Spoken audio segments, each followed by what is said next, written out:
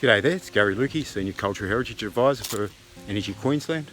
I'm out on Murliridgi country today and we're doing a site inspection with two representatives from that group. We're looking to see if there's any cultural heritage issues that need to be protected before we build our line. Now, at the moment we're walking through pretty long grass, a few gullies, and what we're looking for, we're talking to the mob here, is we're looking for pathways or indicators of where the traditional owners would have walked through the land. Rather than looking everywhere, the pathways of transport or passageway will indicate more if we need to look more closely. Because obviously if people are walking through these areas, then they're more likely that we'll find some cultural heritage. That's just a little bit of a tip on how to find heritage places, cultural heritage places in the landscape, is try and find out where the old people used to walk. Anyway, we'll catch you up a little bit later and we'll see if I can get a few words of advice from the traditional owners. Bye for now. Watching Herbie investigate the area was amazing. He slowly walked over the landscape, taking it all in, dropping down, pausing, looking through the grass, parting the dirt with his fingers. He told me he was looking for pathways, evidence of pathways where his people had walked. And when I said, "What type of evidence would this be, Herbie?" he told me it's the small shells, maybe the freshwater snails, some bones, some sort of food. He said, and if I find these pathways, I know my people have been here. And if I know my people have been here, I'll look further for maybe ceremonial areas, scar trees. We might find an isolated artefact. But he said, what we need to do is to find that they've been here. And we'll find the evidence by finding sources of food that they'd left behind while they were walking.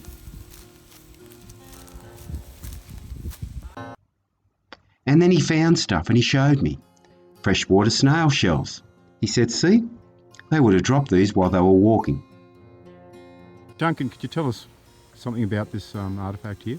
These are the same as the markers that we found up on hill, and they're markers or battle axes where men have fallen down and died in battle, and they put these around there. And we found this where we always find them, under a tree with nothing growing around it. And you found one here? We found one here. But not near the line? No, the line is safe. The line, yeah. All right. I was off the line. No. And diagnostic features, you'd say, because of where it was found as well as the object? Yeah, there was a blue there, and he fell down and died there, and that's left behind. That's what survived him. So everything else is gone from him.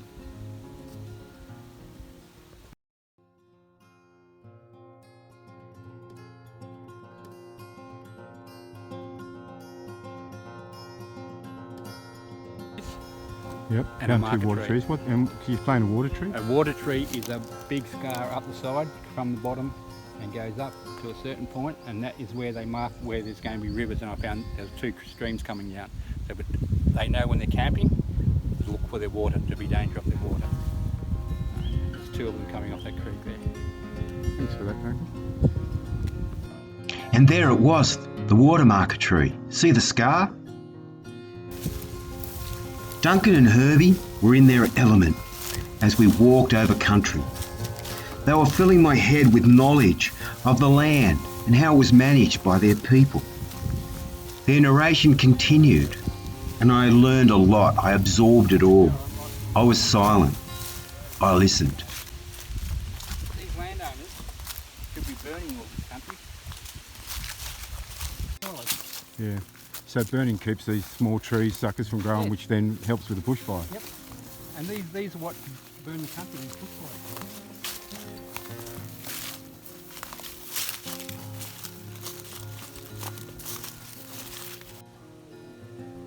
Many times I watched Duncan and Herbie absorb the landscape around them and discuss things, discuss their people's things.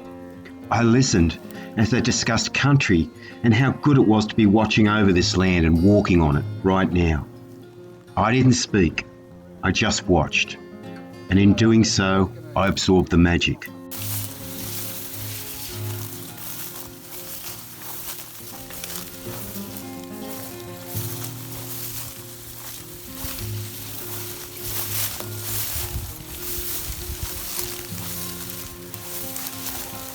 How's this country look?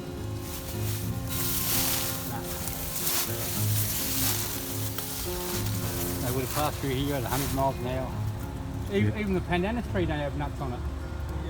They have nothing on it. There's no fruit here. And as we returned to the starting point, the two men discussed business, native title business, and I was privileged to learn the complexities and the hoops that they had to run through and jump through just to prove that this was their homeland.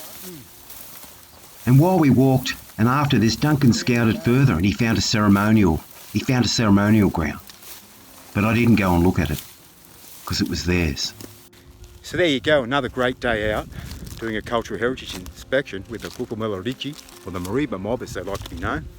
Now we didn't find anything today, but I was lucky enough to be shown things like a water marker tree, a batlax, and told about how the batlax might have marked where a Aboriginal person had fallen in a battle. I was also told about when on an inspection you're looking for the pathways, you're looking for where the Aboriginal people have walked. So we're looking for signs of that food, freshwater snails and things like that. The freshwater snails themselves were kept in a dilly bag like we use a muesli bar, I suppose, and eaten while they had their walks. So today we were looking for those trails, which would have then shown us perhaps, or found some cultural issues that might have needed to be managed. So another great day out. Guess what? I'm at Mount Malloy and you're not. I'll see you next time.